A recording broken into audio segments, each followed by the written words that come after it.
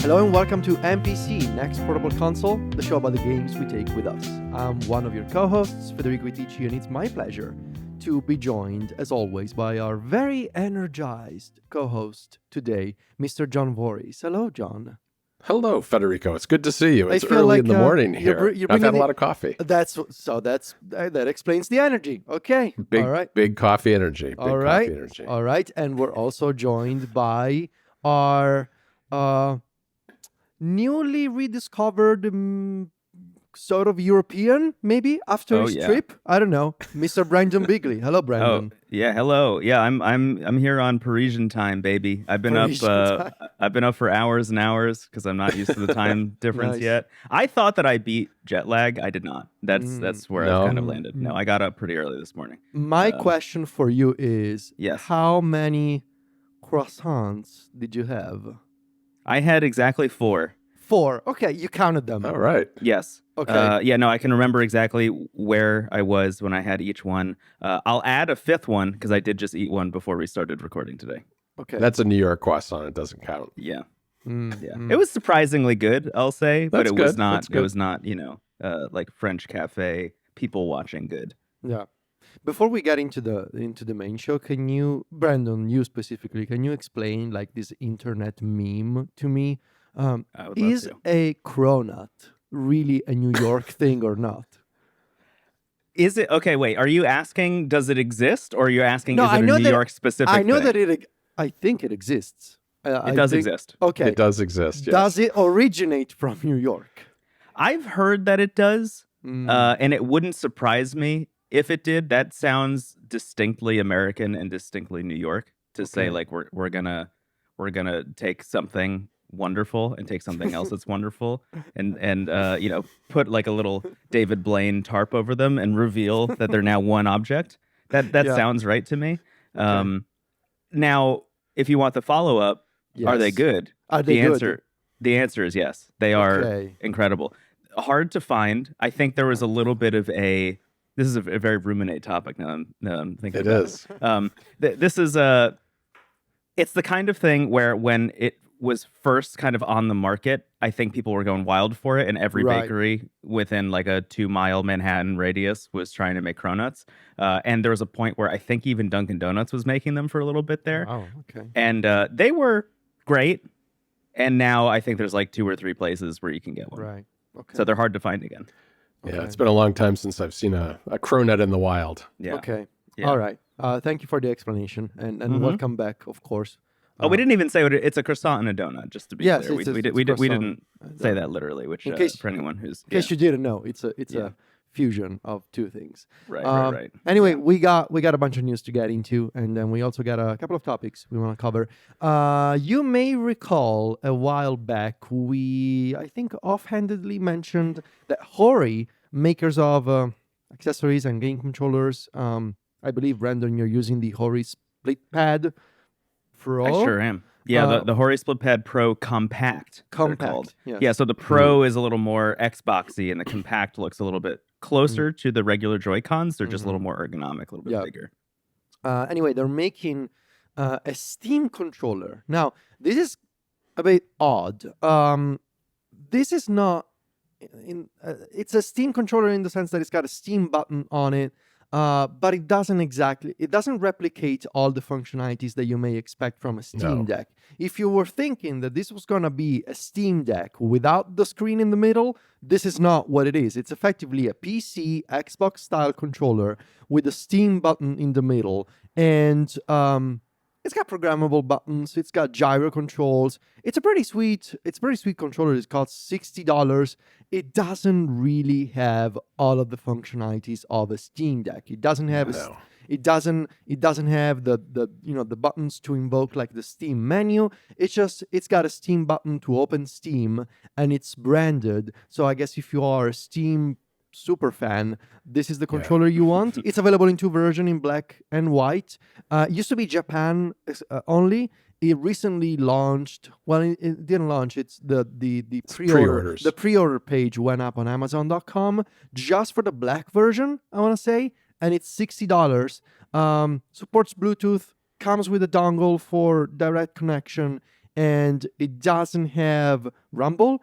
And again, if you were expecting a Steam Deck without the screen, this thing doesn't have a trackpad. So, I see every once in a while these mock-ups on Reddit from people who are like, hey, imagine if Valve made a I know Steam exactly Deck. what mock-up you're talking about. Yeah, I saw the same yeah, one. you saw that. Yeah. The D-pad is like as far in the corner as humanly possible. They're like basically so uncomfortable. Yeah. They're basically taking the Steam Deck in Photoshop and removing the display and squishing the two parts together. Well, this is not it. This is a classic Xbox style controller with the Steam logo, and it's $60. It looks pretty nice, but then again, on PC, you got plenty of options. Yeah, but exactly. And there's aren't really any major differences between this and a generic controller other than that Steam button, I don't think. I mean, it's not a bad controller, but it's not a really remarkable one other than the fact that it has a Steam button. Yeah. John, what's up with these wild Nintendo Switch numbers?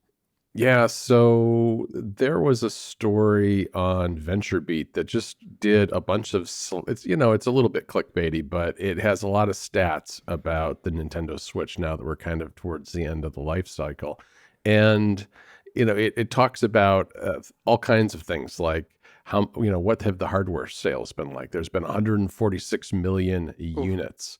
And the software sales, 1.3 billion units. I mean, these are just staggering numbers. I mean, you just scroll through this article. 1.3 billion? 1.3 billion software units. Wow. So that's, 1.3 billion individual games sold. And then annual playing users are now at 127 million people, which is pretty good number, I think. And the online service, the subscription service, has 34 million members. So that's actually more than I would have expected, I think. Yeah, but for Nintendo Switch Online, that's definitely more than I was expecting. Yeah. I mean, it got off to a really slow start. I mean, there's more to it now than there was in the early days. But yeah, I had mine expire at one point, and I didn't even realize that it had expired because I was using it so little. But I've resubscribed. But anyway, it's an article where did you resubscribe for Nintendo Music, John? No, I didn't actually. I forget why I resubscribed. I resubscribed for something else, though. It was something else that came out. Maybe it was one of the old games. I don't know. Professional Splatoon 3. You're getting into esports. Yes, I am. John Sports. What I think is really remarkable is how the Nintendo Wii U really gets the last laugh here, in the sense that Mario Kart 8 Deluxe is the top selling Nintendo Switch game. A game that originally came out on Wii U became the top selling game for what most likely in a couple of years is going to become the top selling console of all time. Like, it's gonna pass. What's remaining? The PS2. PlayStation 2 is sitting at 155 million units worldwide. So there's a 10 million unit gap at the moment, which I do think really long tail. If we're talking like as long as the PS2 has been around, I could see the Switch beating out. Especially like when the Switch 2 does eventually launch and the Nintendo Switch, is flooding the market used wise and people and it goes on sale, et cetera. Obviously Nintendo's not going to be tracking the used market, but I do think that you'll see a lot of people picking up the Nintendo Switch for a pretty steep discount from retailers. And all right, we have new news from AYANEO too that I thought was worth mentioning. It's the AYANEO 3, which is a handheld gaming PC that's going to have RDNA 3.5 graphics and an OLED display. I actually found this handheld a little underwhelming. It's a 7-inch display. It's OLED, which is nice. It's the AMD Ryzen 78840U, which is, we've seen that before. Well, it comes in two versions, right? That's true. That's the one. Doing. That's the existing version, right? Yeah, it's got the 8840U on the lower end, and it's got the high-end model with the Ryzen AI 9. Yeah, so that's the one with the Strix Point processor. Yes. Or is it Strix Point or Hawk Point? No, Hawk Point is the base model, and Strix Point is the fancy one. this thing is gonna cost a fortune. Like, Oh yeah. it's especially the Yeah. high end with RDNA 3.5 graphics and an OLED and the Ryzen AI HDR, which are like the high end as OLED and HDR. The base model with basically RDNA 3 is 7-inch LCD, obviously non HDR. Right. So I I don't know. I feel like the base model I kind of don't understand in a world where you now have plenty of options for that sort of form factor. I mean, you look at an ROG Ally, even not an ROG Ally X, but like the first gen, you got the Legion Go, and maybe okay, the Legion Go is too big, but then of course you got a Steam Deck. If you want to stay on Android, I mean, how many options do you have on Android now for 6 Yeah, or lots 7 and inches? lots. Plenty. And on the high end, this is going up against, and I mean, sure, this is like Windows based, but I don't know. I feel like with potentially an Ally 2 and a Legion Go 2 being announced at CES with comparable specs, I feel like AYANEO coming into this market with 7-inch OLED and Strix Point. And I mean, we know AYANEO. This thing is gonna cost at the very least $1,500. Yeah, that's what I was going to say. That would be my guess. Would be somewhere around the ballpark of 1,500, because I that's don't what know. with their Windows ones they've always done in the like 12, 1,300, Yep. 1,500 range. Yeah. So I think the biggest red flag of this thing too is that there's no mention of battery life on either Yep. model. Right. And considering the size of it and the design of it, I mean, it looks very pretty. I think it's It a looks gorgeous nice. looking device. Yes. Sure, yeah. But Yes. it has a very thin profile and is very powerful. And with a 7-inch OLED display with high refresh rate and HDR, I would hope that the battery would be up to par to handle that stuff. But yeah, I think it's a pretty obvious exclusion from the data set that they released on the website. Yeah, interesting. I want to keep an eye on this one, especially the high-end version. And maybe I'm wrong. Maybe it'll be cheaper than 1,500. But specs-wise, I mean, you're basically implementing all the things, right? You got OLED, you got HDR, you got RDNA 3.5. Just reading the specs sounds expensive. Then you got to factor in the fact that it's AYANEO. Right. and you got basically the AYANEO tax on it. So I don't know. We'll see. On the completely different end of the spectrum, we got Anbernic, of course. Again. Hello, Anbernic. This week we got another one. Return of the King. Return of the King. This is the RG406H, which I recently learned, thanks to John, it stands for horizontal, and the V stands for vertical. Vertical, So thank yeah. you for that. Yeah. Imagine that. So this one is basically a stretched out RG cube. Does this look like your cube, Federico? Because this thing looked to me like these photos to me looked almost like fake somehow, like 3D printed or something.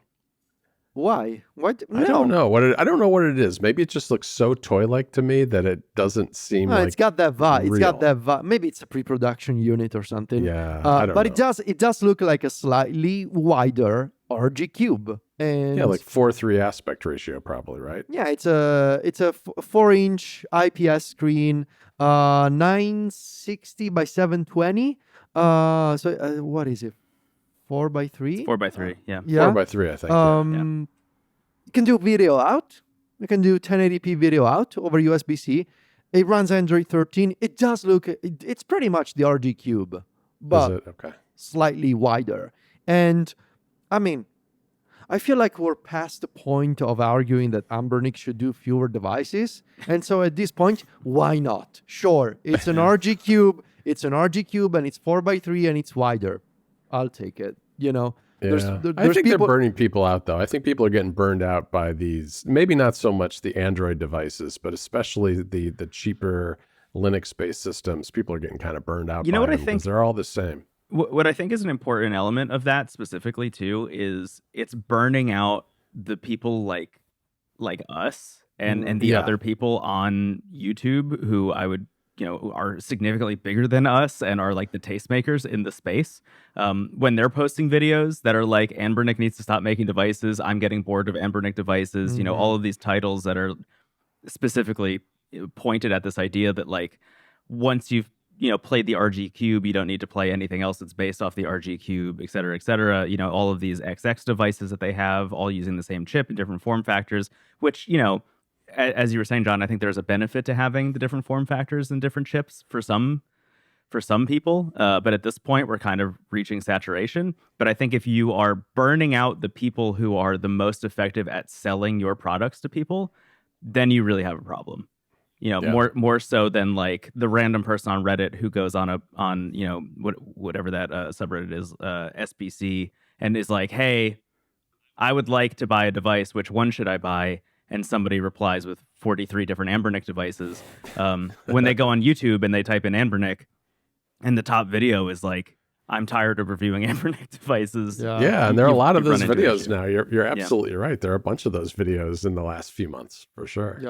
Yeah. I don't know what they're gonna do, but really, since we started doing the show, I believe, and the show has a bi-weekly schedule, they've only missed, I believe, one episode. There's only been one episode in which Anbernic did not have a device out in between those exactly two episodes. Correct. Like, just think about that for a second.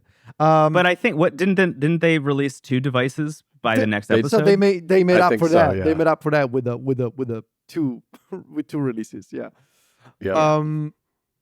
I want to mention the new NVIDIA app. So if you play on Windows, you may have heard that NVIDIA was testing like this brand new experience that sort of incorporates the NVIDIA control panel and the NVIDIA GeForce Experience app. Those two have been sort of merged together into the same application that came out of beta as we're recording this yesterday. It's been in beta for a while. And this is like a single NVIDIA experience on Windows that lets you both update drivers. It lets you apply, I believe, if you have a modern card, it lets you apply like those AI, like what are they called? AI game filters. It lets you do video capture. So it's AV1 based. It's based on the AV1 video codec. Video capture up to 120 FPS. And it's got a new design like this. It's got this homepage with a bunch of tiles and different sections that you can open. I haven't tested it yet. I'm still a diehard NVIDIA control panel user myself. But I think the time has come for me to finally install. Also because like these two apps will be discontinued, will be deprecated. Right. And so I will have to use the unified NVIDIA app, which I will attempt to do later today or maybe tomorrow. Because I also, like, this is totally a tangent, but I need to find out if I can play Dragon Age with my Legion Go. I got a bit of a problem, guys. Got a bit of a situation going on. So I'm playing Dragon Age, right? And as you know, I'm playing with my King cable coming from the living room into the bedroom, connected to the Legion Go. And so all the graphics processing is happening in the living room with the eGPU. But still, I was playing with the Legion Go at the maximum TDP. And my girlfriend sleeping next to me let me know very kindly the first time, and then not so kindly the second time, that the fans of the Legion Go were waking her up. So I need to, so I... Brutal. So that was really a bummer because like game looked incredible thanks to the eGPU. Yeah. But so I've been playing with the Steam Deck for the past couple of nights, which is much, much quieter when playing Dragon Age at low settings, obviously. But I need to find out if my Legion Go, if I set it to like a really low TDP, and therefore the fans may not be as loud, will it still run the game decently well thanks to the eGPU? So that's a test that I got to do. And before doing that test, I guess I will update the NVIDIA app and my drivers and see what's up. So, yeah. How are you enjoying Dragon Age? Oh, Do you like it? I love it. And good. Yeah. It's but it's my first Dragon Age game. So I think it's, and I was listening to you and Steve on Into the Aether. I think my understanding is that also, like, after listening to you and the besties, like, if you're coming into this game clean with no like previous knowledge or previous expectations, like, it's just a really enjoyable action RPG. But I totally understand why, if you were used to a certain type of Dragon Age game before, like, I can see why, especially certain dialogue parts and certain choices, maybe not exactly what the super fans were looking for. But for me, just, I don't know, it's enjoyable. It's a fun, great looking, if you got the GPU for beautiful. it. Action RPG. Having played more of it, my feeling about it, I've kind of come around on the idea that it is more summer blockbuster popcorn movie version of a video game than anything else. Yeah, and I think that. when you separate the expectation of what you want from a Dragon Age from what it actually is, you're left with like just a pretty enjoyable, pretty okay to good video game that is like, it just goes down so easy. It does, which is honestly fun. While I was away, I just remember thinking to myself, like, man, I really wish I could be playing Dragon Age right now. Oh, there you go. See, which I think says a lot. To be fair, Yeah, I've been on this. I don't want to call, maybe blockbuster movie, popcorn time, maybe is a good way to describe it. I've been on this kick lately, just playing easy games. On the one hand, there's Dragon Age, and on the other, and this may be unexpected from me, but there's the campaign of Call of Duty Black Ops 6, the story mode. Yeah. It's just stupid fun and good. And it's like, it's an action movie, but it's Call of Duty, basically. It is what it is. You are the fourth person to almost tell me the exact same thing in 2 days. Yeah. People keep messaging me and being like, "Have you played Call of Duty yet? You should probably play Call of Duty." I'm gonna download it. Yeah, no, it's just pushing me over the edge. You guys are gonna convince me. I've never played Call of Duty games. Oh, me neither. Really, like, I don't know. I used to play Call of Duty like 10 years ago or something. Like, I played online for a while, but then I was like, I'm not the type of person who downloads the annual Call of Duty. But this story mode, I don't know. It's basically a fancy, enjoyable spy movie. And Brendon, you should also know that I've been playing on my PS5 Pro. Oh yeah, he doesn't know this, does he? What? He just stopped. He just stopped. How's that? Okay. This was revealed while you were away. Oh my God! All right, so you got a PS5 Pro. Yeah, it's here. It's right underneath my desk. Yes. Yeah. Yeah. And how's that feeling for you? You happy with it? Yeah.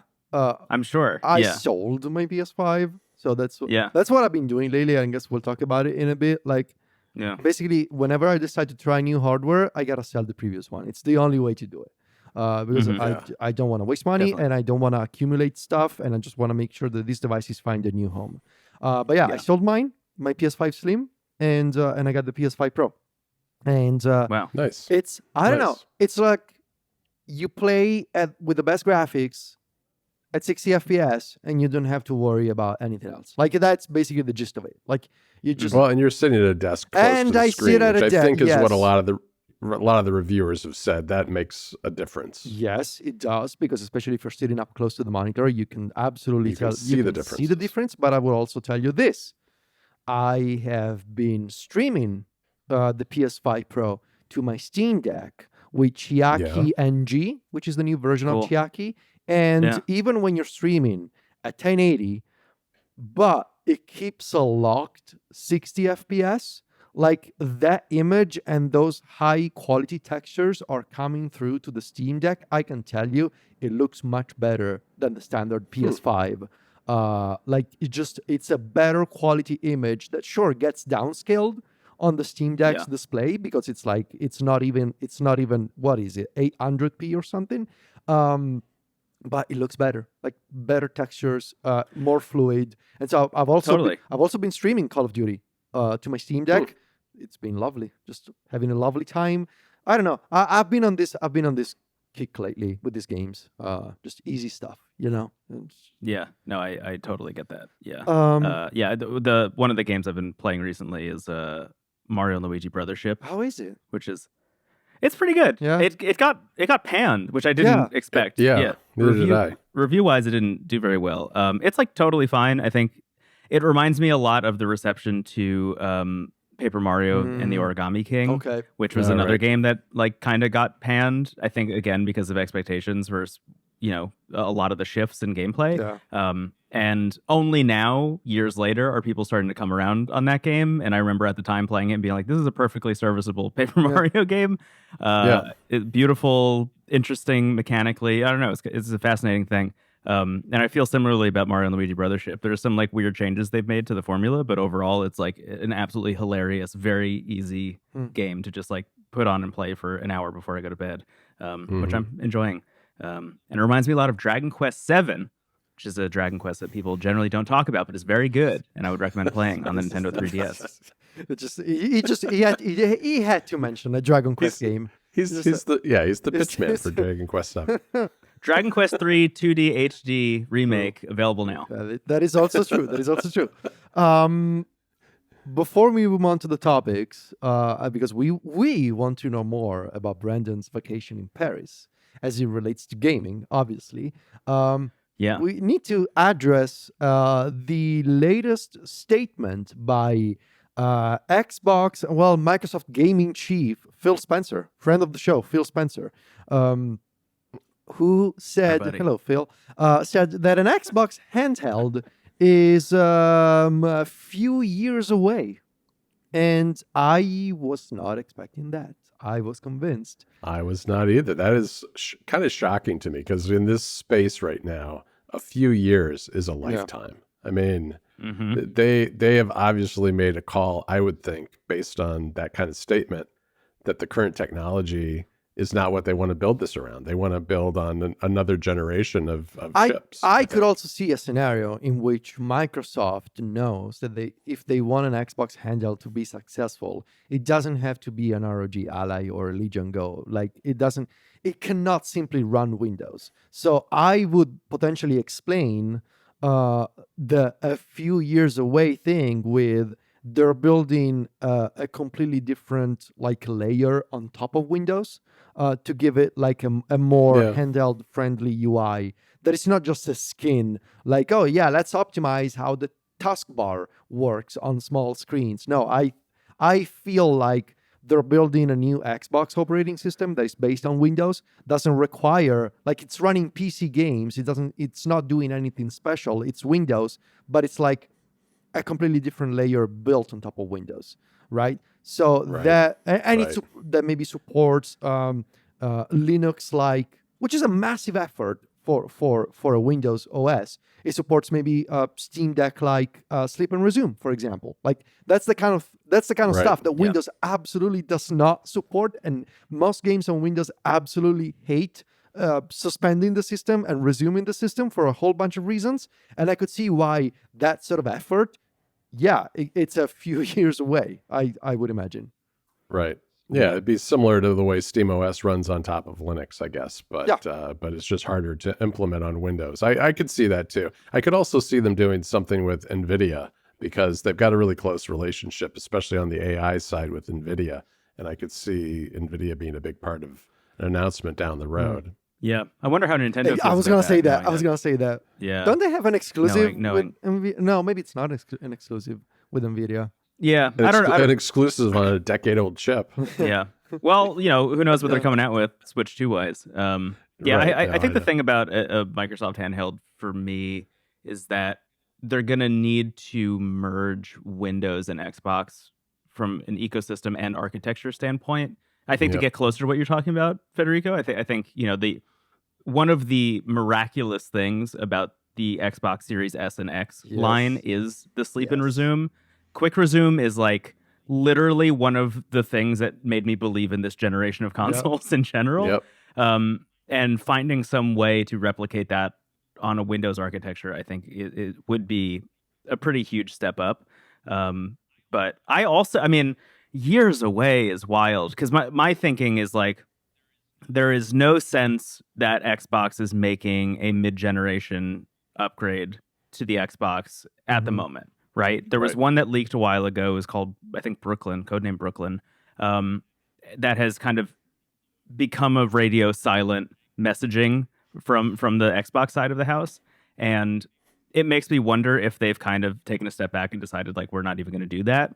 The thing that would make sense to me is instead of a mid-generation hardware upgrade to the Series X and S would be to introduce a new series, but have that actually be the handheld. So you have like not only the two different price points for the two different kinds of people playing Xbox games, but more specifically have an entirely new way to take your Xbox games with you and add that to the series, quote unquote. And waiting years for that just feels like, you know, I'm not running Microsoft gaming, but it doesn't feel like the right choice from a business perspective. I'll say that much. As a layman, as an outsider, seems like a strange decision. I will say something that we'll circle back on this one, maybe in a couple of years. We'll see. I wonder, and I'm going to say this now, in November 2024, November 14th, I wonder... Write it down in stone. Write it down. I wonder if we see as a Valve Steam console, like not the Steam Deck 2. Obviously, we're going to see the Steam Deck 2. But I wonder if we see a new take from Valve on a Steam console for the living room before an Xbox handheld. Because if I were Valve and I had built this incredible layer on top of Linux with SteamOS, yeah, and I was working on a Steam Deck 2, why wouldn't I also make a teeny tiny box to put under my TV with better graphics than a future Steam Deck 2? And what if I could sell people on the idea that, sure, you can dock your Steam Deck, or you could buy both. You could buy the Steam Station, whatever, and plays 4K, and it's got the friendly SteamOS, sleep and resume, you know it, you love it, and you can play the Steam Deck, and you can stream from your Steam Station to your Steam Deck. Like, I wonder if we see Valve coming out with a brand new product before Microsoft gets their act together and releases an Xbox handheld. Especially after hearing this sort of thing. If I was running Valve, I'd be like, oh, they just gave us the opening we need, because they're presumably pretty far along on the Steam Deck too. Yeah. So it would be, I don't think that's a very big leap at all to have a small under the TV box from what we've already got with the Steam Deck. Yeah, I interviewed for Wavelengths years ago at this point, but I interviewed Chris Plant, editor-in-chief of Polygon. We were talking specifically about the idea of who is the fourth entrant. Could there be a fourth entrant into the idea of the big three? So you have, your Nintendo, your Microsoft, and your Sony. But who is the fourth entrant? And a lot of the conversation was like, there are companies like Amazon who could, or Apple who could, if they wanted to, throw their billions of dollars of capital at that problem and just decide to make a console, which would probably not go very well realistically. But a lot of the conversation revolved specifically around mobile and PC as the possibility spaces. And the second that Valve decides that having, because they did this already, right? They already had a set-top box that they made that had SteamOS and big picture mode. It was too expensive. It didn't have the Proton compatibility layer. There were a bunch of issues with it that didn't really make it a marketable machine, I think, to a lot of people. It was called the Steam Machine, wasn't it? I think it was called the Steam Machine, Yeah. But now with Proton and with the success of the Steam Deck, I think it's a no-brainer for them to enter the fray in a real way. And honestly, the biggest thing that really made me change my mind about it was getting the B-Link SER8, the mini PC that I have. At the price point that I bought that at, which I think was like $600, $700, somewhere in that vicinity, it is more powerful than the Steam Deck.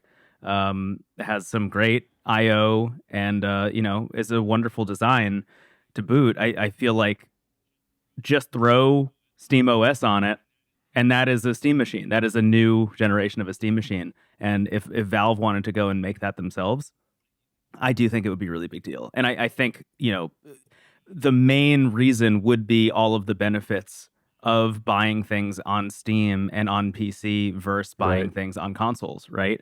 Up until recently, John and I were just talking about this, but up until recently, it was an up in the air question if the Nintendo Switch 2 would be backwards compatible or not. And Furukawa, thankfully, during that same presentation, during that investor call, said, yes, it'll be backwards compatible.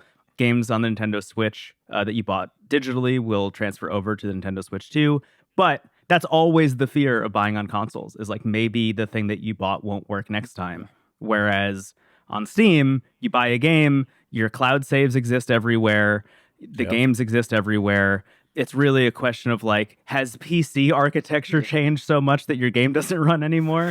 You know, does the original, I don't know, Pajama Sam no longer work on a new PC? Maybe, but yeah, I think there's a real world and possibility where if Steam were to do that, it would be a pretty huge deal, and I think it would be very successful. I buy it. We'll see. And lastly, before switching gears, did you guys see the limited edition white Steam Deck OLED? Oh yeah, it looks amazing. I'm suffering. I'm suffering Yeah. because I mean, you know me, with my white handhelds, and I gotta have them all, but like that would mean I would have to sell my Steam Deck OLED, my black one. So Yeah. I don't know. We'll see. I appreciate that they're announcing this because it feels to me like the kind of thing you announce when you're gearing up to release the next iteration of your handheld. I mean, that's what Nintendo does, right? It's Sure. that's yeah. I'm Just squeeze a little more out. entirely basing that off of Nintendo. Yes. Yeah, that's but what they do. you know, they tempt you to upgrade one more time right before the new thing comes out. I'm trying to hold strong. I'm trying to hold strong with my launch edition Steam Deck. I'm holding on to it until the Steam Deck 2 comes out. Can I throw in one more news story that we didn't talk about before we move on? Also, did you guys see the Miyoo Flip has appeared again? Oh, Yes, right. On their official website, Miyoo's official website now has a bunch of marketing material and imagery showing off the Miyoo Flip, and you know it's nothing like new or exciting. It's like, hey, it flips, it's got HDMI out, it charges with USB-C, et cetera, et cetera.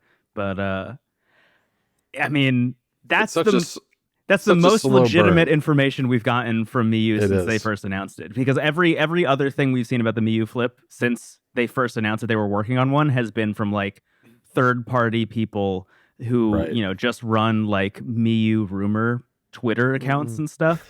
So this is like the second time Miyoo is really acknowledging it, which as somebody who's been playing the SP a lot more recently, I've been bringing it with me on a daily basis. It's exciting. It's exciting to finally see the culmination of the clamshell battles, as I've been calling it for like 2 years at this point. It looks thinner than the SP, that's for sure. It does. And which I think honestly will go a long way for me. Oh, it would. Yeah.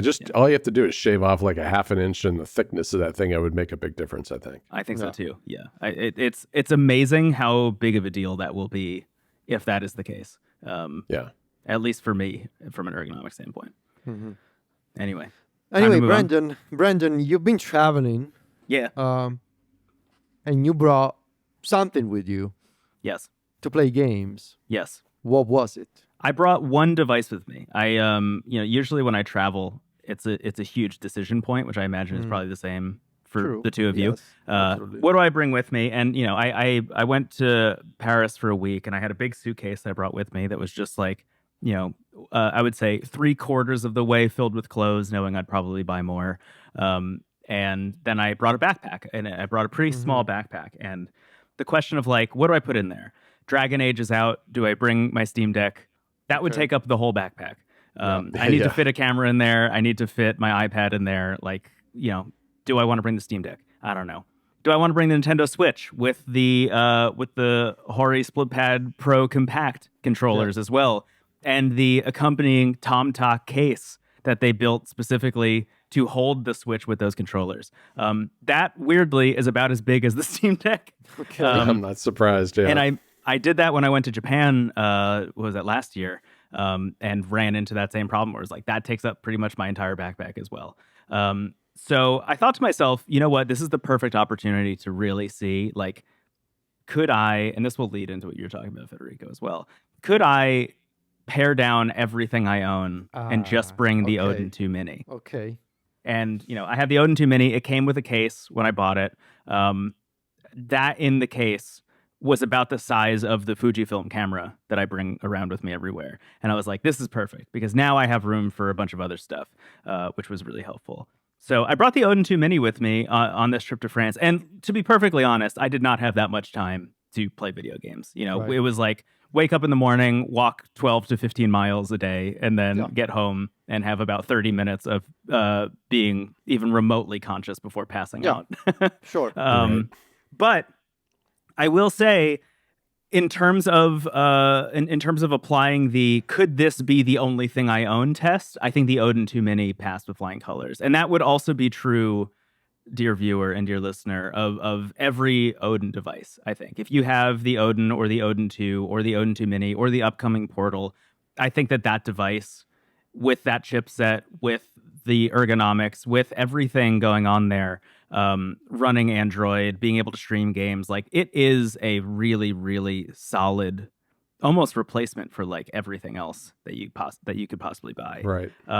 I think when you get into the questions of like, you know, I'm bringing the SP with me now again every day. I have the Nintendo Switch and I have some games I just like playing on the Nintendo Switch.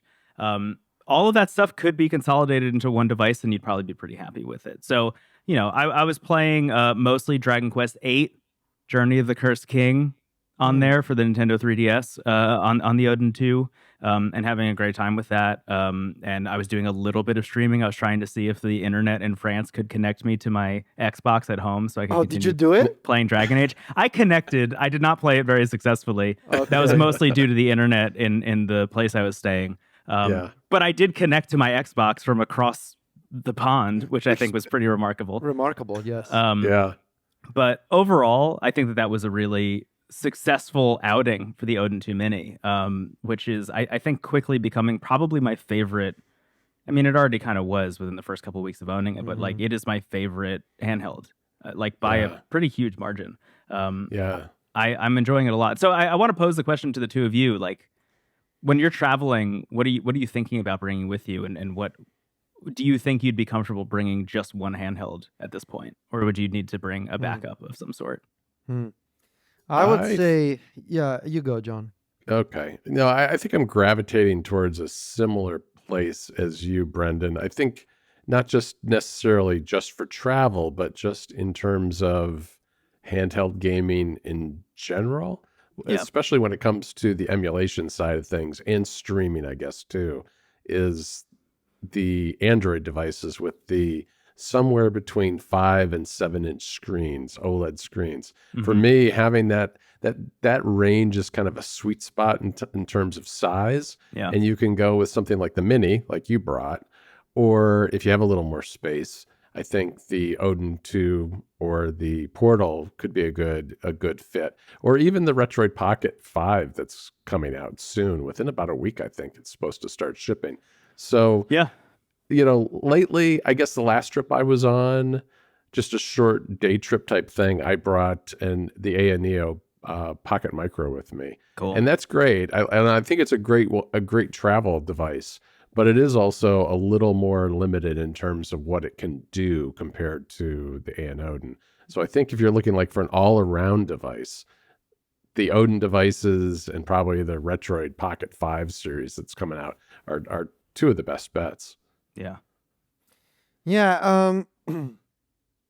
For the longest time, I always traveled with two handhelds. And for a few years, that's been Nintendo Switch and Steam Deck. That's what I've done for the past 2-3 years. Over the past few months, I have increasingly just traveled with my Steam Deck.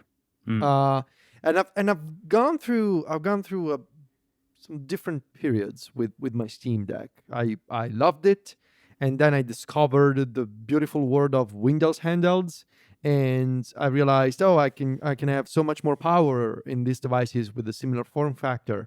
And so for a while, I was all in on Windows handhelds and never really used the Steam Deck.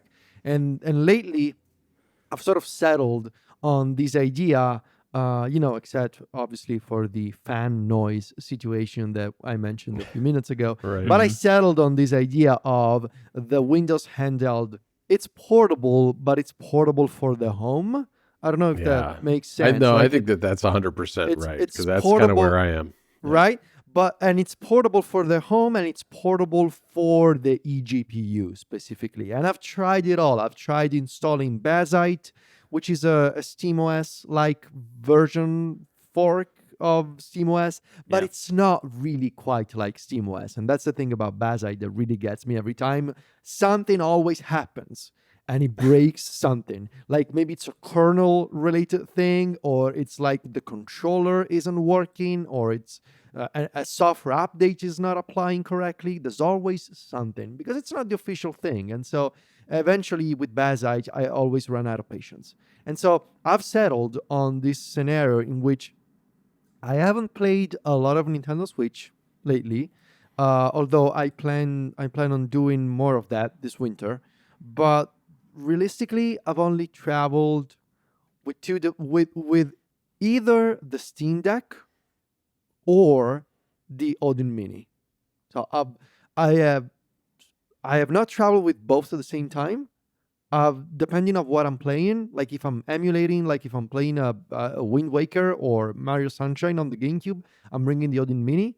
If I want to play Dragon Age, or if I want to, play the UFO 50, or, continue my playthrough of Dragon Quest 11, I'm bringing the Steam Deck. Yeah. And so, I think, obviously the Steam Deck is it's not the easiest thing to carry around. But I got this nice sleeve by Waterfield Design. The website is SF Bags. And it's like this lovely, basically like a pouch for the Steam Deck. And it fits in my messenger bag along with the iPad, so that's cool. But yeah, I basically either make a decision. Is it going to be Steam Deck because I want to play PC? Yeah. Or is it going to be emulation and therefore the Odin Mini? That's okay. what I've been doing. Oh, yeah, man, this is a nice looking sleeve. I just looked at it. Yeah, it and really it fits the ROG Ally. If you have that, I believe it also fits the Legion Go. But it's perfect for the Steam Deck, and it's got a nice pocket both inside and outside. If you want to store like earbuds or I don't know, like an accessory or something, you can, like a small battery pack, you can put it in the outside pocket. Yeah, it's really cool. It's really nice. Yeah, I didn't get rid of my Steam Deck like you did, Federico, when I got the Legion Go, and I'm really glad that I didn't, because as much as I do like the Legion Go, and I have been playing it recently, I've been playing it around the house in various locations and using my, my 1X GPU with it. I still think the Steam Deck with that OLED screen and the slightly more portable form factor and it's lighter weight is still such a great device for traveling with. So I'm glad I still got mine. The thing about the Steam Deck is also that it's so comfortable. Like, I don't know what Valve did. It's a weight balance thing that they have done. But of all the handhelds, I know that it's wide and it's really long, but it's so comfortable. Like, it's much just more than like the Legion Go or any of the Windows ones. Oh yeah. And I mean, I love my Legion Go, but like I said, I know that it's a thing for the home. Like, I'm not traveling with the Legion Go, because at that point I might as well just travel with, like, I could get one of those GPD laptops that are also. Have you guys seen those? Like, we never really spend time. Well, at some point we should talk about those GPD devices. They're like laptops with controllers on the keyboard. Yeah, there's one that looks even more like the Vita than the Odin Mini. Yes, the GPD Win 4, I think. Win 4, yes, that was like doing the Odin Mini before the Odin Mini. Yeah, it's like the I have the Odin Mini here. It's like the Odin Mini with like an entire extra 100% of thickness on the back. But this leads me quite nicely into what I also want to talk about. Like, I saw Brendon with the topic of like traveling with one device, and this has also very much been on my mind lately. Like, I feel like I want to consolidate and make some decisions about the hardware that I'm using. Going into the holiday season, going into 2025, going into CES, and the potential waterfall of announcements that awaits us. I don't know. I wanted to consolidate, and so here's what I'm thinking. I sold my ROG Ally X. Rip. Thank you, ROG Ally. It just wasn't doing it for me. Yes, the variable refresh rate was cool, but it just wasn't doing what the Legion Go does to me. There's something about the Legion Go, and especially now that I modded with the 4 terabyte SSD, there's something about the Legion Go, the display, how vibrant it is, the detachable controllers. I love the Legion Go, and so the Ally X has been sold, and I'm actually shipping it today. I also sold the Odin 2, the regular Odin 2 Pro that I had, and I feel like on the Windows side of things, it's the Legion Go until the next big thing that realistically it's probably gonna be the Legion Go 2. We'll see, but for now, when it comes to Windows and using an eGPU, especially if these TDP tests are successful, it's gonna be the Legion Go. The Steam Deck, just like the Nintendo Switch, like the Steam Deck is always gonna be the Steam Deck. Like it's its own thing. There are some true benefits to having a device that runs PC games with sleep and resume, with much quieter fans, because it's obviously not as powerful as a Legion Go, but there's something to being able to play Dragon Quest XI, with pretty good graphics and pretty good performance in a device that lets you sleep and resume anytime and doesn't make any weird fan noise. Like, right. Just like the Steam Deck, I think of the Steam Deck as like a Switch. It's its own thing, doing Steam Deck things. And so I'm always going to keep it for all those times when I just want to play something and I don't care about graphics. I think one of my weird Steam Deck regrets, now that you say that, is trying to turn it into an emulation handheld. I think I muddied too much of what the Steam Deck is for me by doing that. And I think just kind of letting it be its own object was probably the right move. I think you're totally right about that.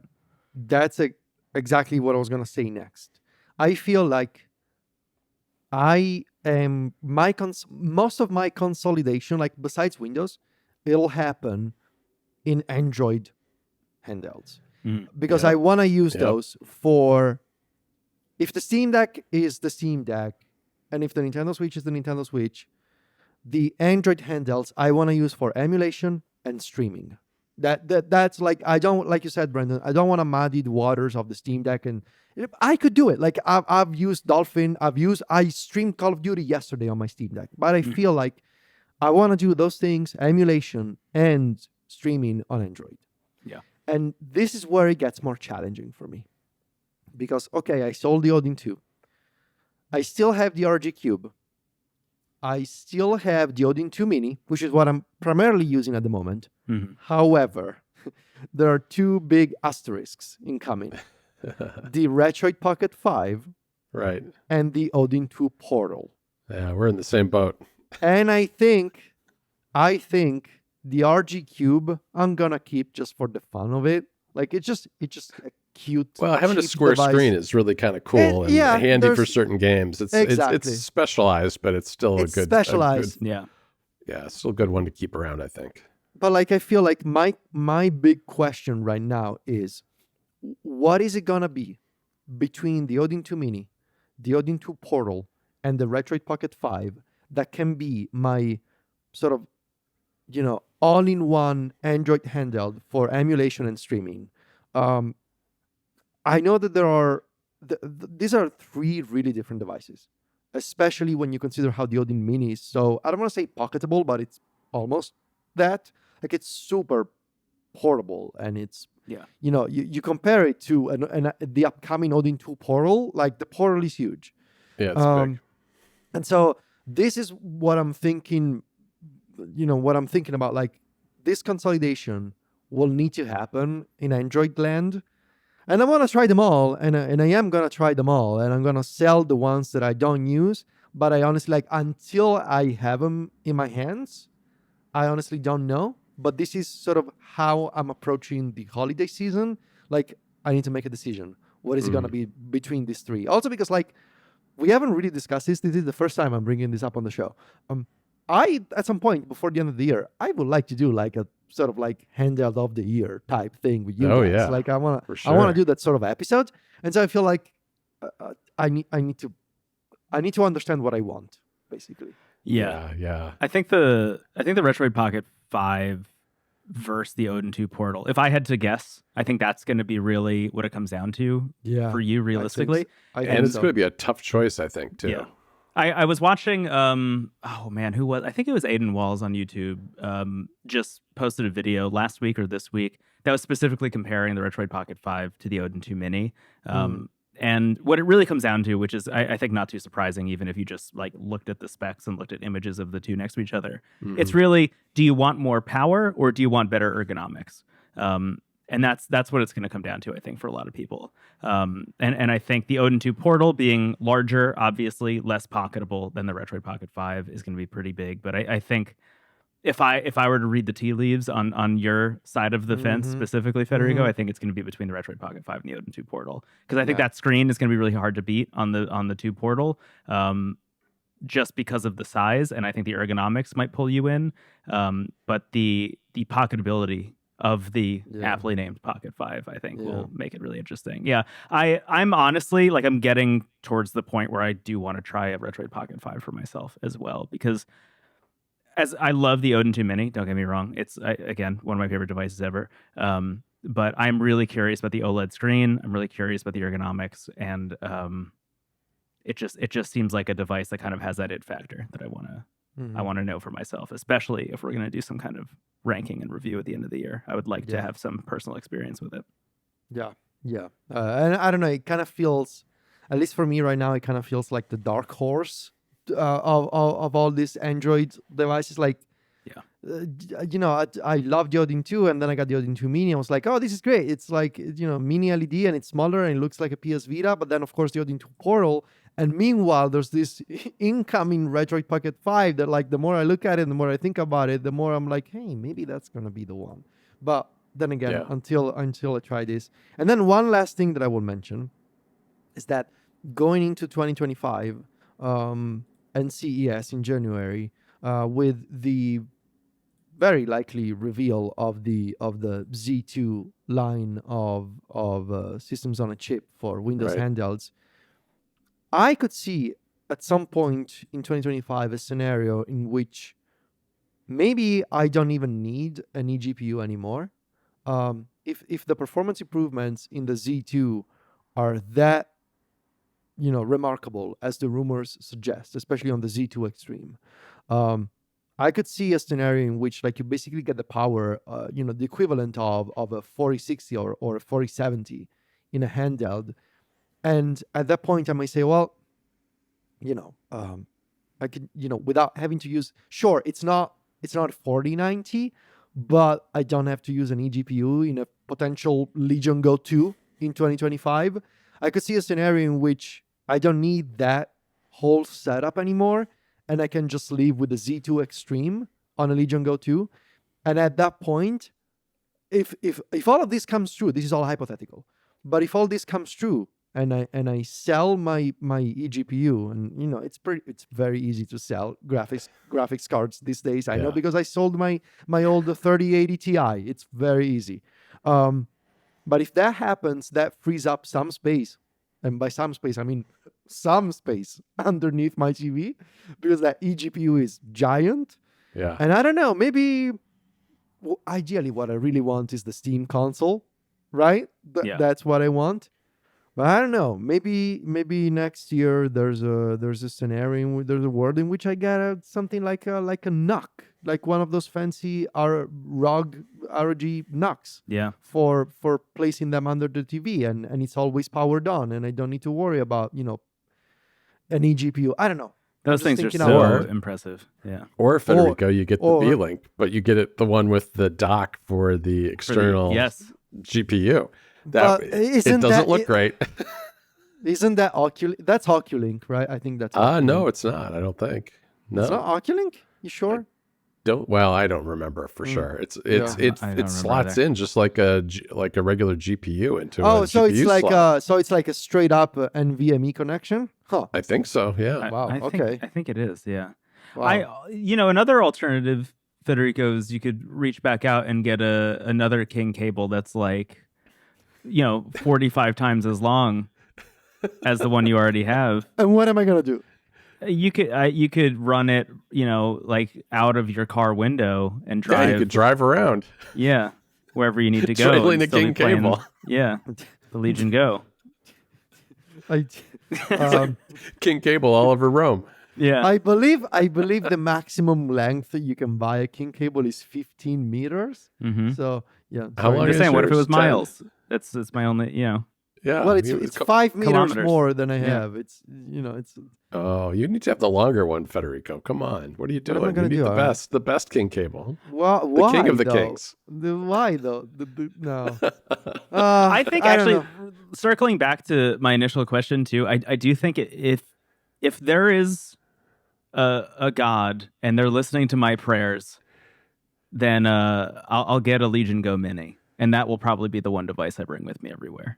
Yeah, that would be really nice to have. If you could On get that thing traveling down. specifically is what I mean. Yeah. If you could get that down to a real portable size, it would be Yeah, fantastic. It's a just a little Legion bit Go too much. Mini, a Legion Go Mini with a smaller display, doesn't need to push as many pixels Mm-hmm. as the Right, standard right. Legion Go. Where does this leave us all, though, with things like the Anbernic devices, the low end of the spectrum Linux-based handhelds? Because I've been thinking about that a lot. And I think that there's still a place for them, but I think it's a smaller place than all the experimentation I've been doing this year. Like the SP, for instance, I'm not getting rid of the SP. It's kind of a specialized device, and I like having that around. But I am. It's not just the burnout of the number of devices that have been released. I feel like Android is going to take over a big part of that market, at least for me. Yeah.